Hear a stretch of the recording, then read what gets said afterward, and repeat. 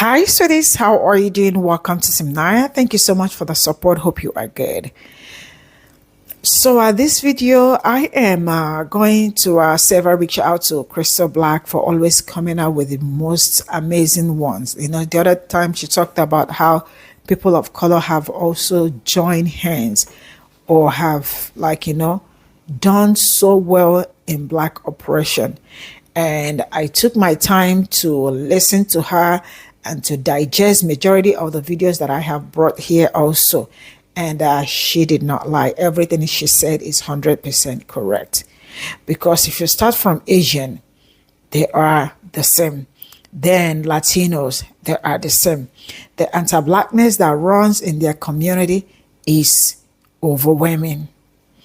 Then she said that Mexican out there is nothing like allies when it comes to black people. Black people do not have allies, but black people have been great shield to every one of them for decades. Now, until the last election, they said, you know what? You all go do your thing. Let us do our thing. You know, sometimes when you hear it from black people, some people will be like, all right, it's black people saying it. But the amazing part is that their community are also telling you that the anti-blackness that runs in their own community is excess. I love to hear it from them too, so that you know that black people have been telling you the reality. Let's get into this. Breaking news you can use, folks. You're going to want to hear this. Mexican Americans often proclaim that they are allies of the black community and always have been. However, historically, that isn't true. In fact, it's very well documented that they fought to be separated from black people. Their fight to do so actually is what started the groundwork for Brown versus the Board of Education, and not in a good way for black people. What I mean by this, folks, is that Mexican Americans were segregated in America, and they argued that they're not Negroes, and the 14th Amendment states that they cannot be segregated if they're not Negroes. They won this case, and Mexican Americans were allowed to immigrate into white schools. That's right, folks. They didn't argue that segregation was wrong, just that they shouldn't be included in it. And you may say, well, that was the white Mexicans. Well, you'd be wrong. While it is true that it was the lighter-skinned Mexican elites who pushed for this whiteness in court, they had the full backing of all the dark-skinned Mexicans as well. Now, the lighter-skinned Mexicans benefited more from this whiteness title, but it did apply to all Mexicans regardless of their skin color. In fact, in the early 1900s, America added Mexican to the census, and after great pushback from Mexicans themselves, they removed it and put back the categorization for Mexicans as white. It wasn't until the 1960s Black founded and led civil rights movement, where Black people were fighting for equality for all, that the younger brown-skinned Mexicans realized we won't ever be considered as white. Let's make our own movement copied from the Black Panther movement and call it the Brown Berets. And while they're saying Black Power, we'll make sure there's a distinction and say Brown Power. So with the help of the Black Panthers, they started the Brown Berets. And all of a sudden, the past almost 2 centuries of them trying to assimilate to whiteness by separating themselves from blackness and including themselves in the oppression of black people was erased and forgotten. And now in 2025, as the Mexican Americans go through deportation, they look at black people and say, "Where are you?" To that I ask, where were you? And of course, out of their back pocket, they'll pull the "we were there for you" during the Underground Railroad, where 3 to 10,000 escaped black slaves entered into Mexico. Great argument until you realize that was prior to them coming to America after the liberation of Mexico, them trying to liberate themselves only by assimilating into whiteness. In addition, that freedom was also conditional for black people, meaning they had to join the military a lot of times in order to remain free. There were quotes from black escapees that stated things like, "We were free, but it was conditional." They weren't being bought and sold, as slavery by law was illegal in Mexico, but they were being used. And folks, I do think it's important to note that the Chicano movement, which is the Mexican movement after they realized they can't be white, that led to the brown beret, their only focus was on the liberation of Mexican people, unlike the civil rights movement, which was focused on liberation of all. They also made sure there was a distinction between we are not Negroes, we are brown. Then, like all other racial groups, when they want some type of liberation, they drew parallels between their struggle and the black struggle. Folks, so either way, what Mexican Americans have historically done is position themselves in opposition to black American people in order to gain their liberation. So they reference themselves as niggas now, but they fought like hell to not be called nigga for hundreds of years. This has been Crystal Black with news you can use. Toodaloo. Mexicans and black people haven't really always had the best relationship, and now I know why.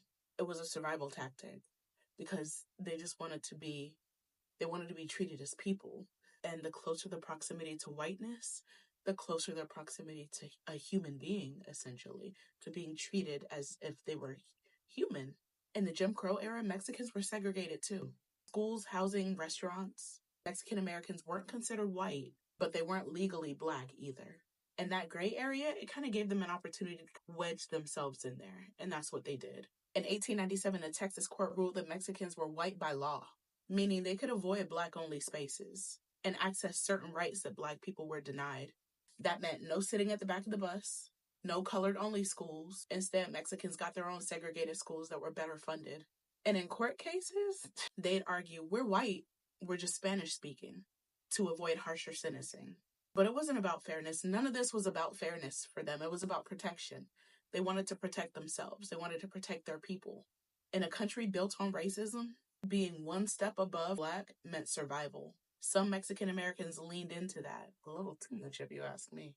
And then we have the others that fought alongside black people, especially during the civil rights movement. This history isn't about blame, but I never promised that I would sugarcoat anything. This is about understanding how white supremacy pits people against each other. And honestly, we're still letting that system divide us today. I get it. I do. I'm a black woman. I'm part of that 92%. I am. I see what's happening.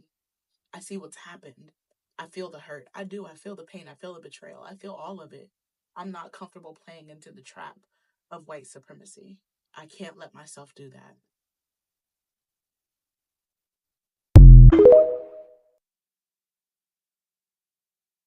It's true. Black people will be discriminated against in a Latin American country. If you're leaving America to get away from discrimination and you're moving to a Latin American country thinking that you're not going to be discriminated against, you're wrong. I've been hearing a lot about people that have moved to Mexico and are complaining that they're being discriminated against in Mexico. Let me tell you something. Mexico discriminates against their own Mexican people that are darker shade than the rest of them.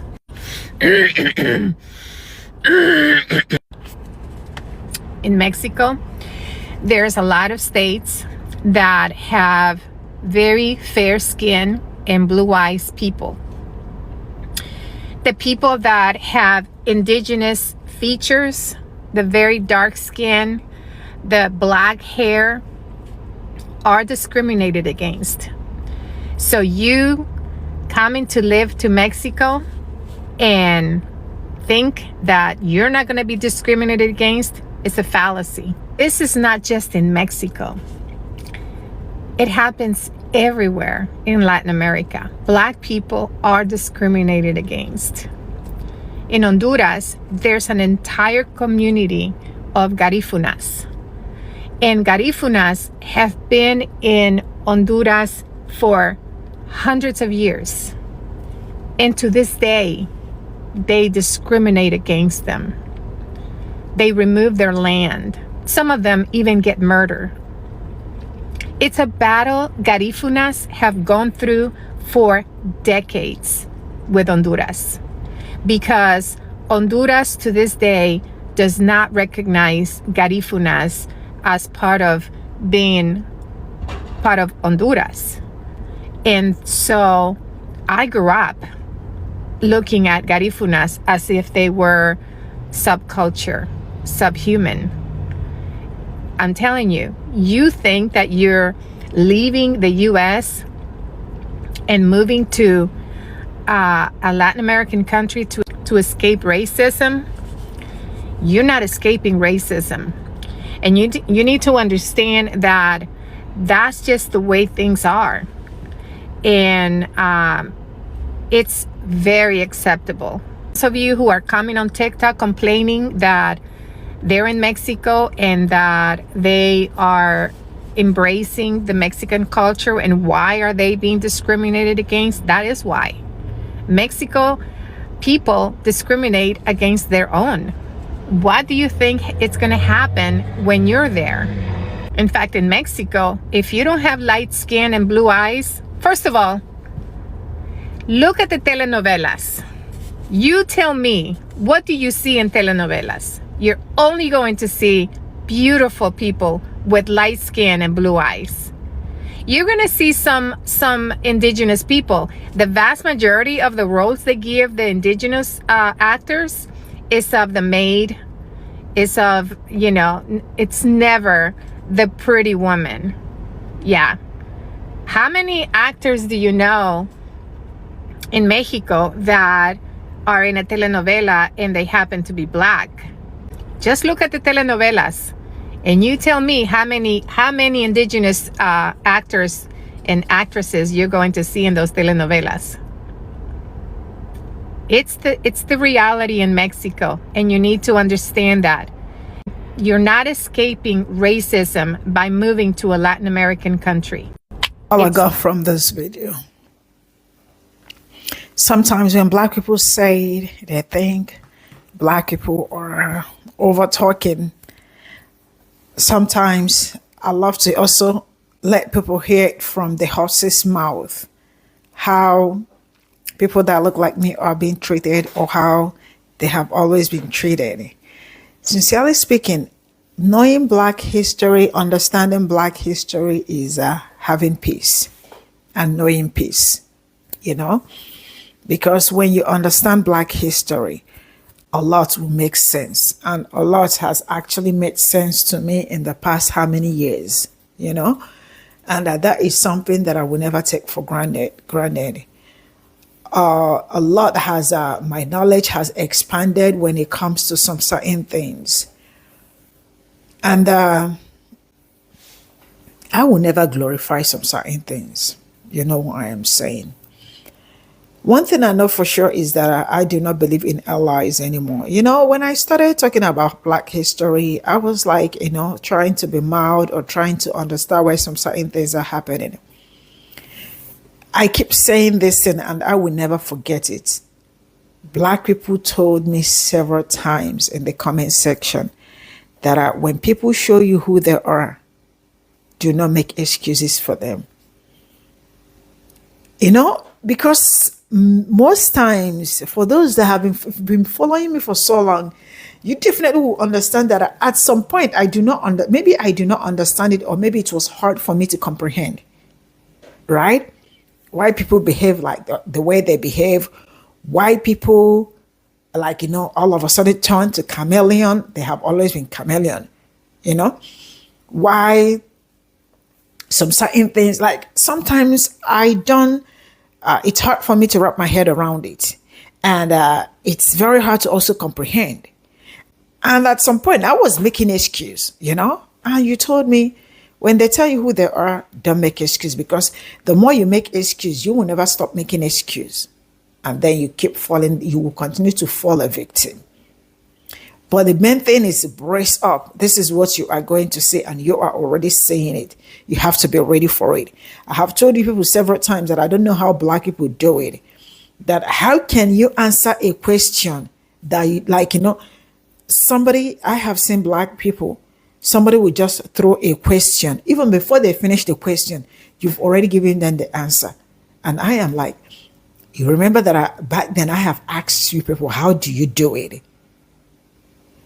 But then I found out that it is you, knowing the people you deal with, knowing the people you've been dealing with all these years, all these, if I say decades. It is people, learning people, and knowing that they can go off at you at any time and being ready for them at any day, any time, and all that. For allies, I do not also believe in allyship because it has not been working for Black people. Black people they've been great and strong tower for everybody, but they are not great towers and strong listening to Black people.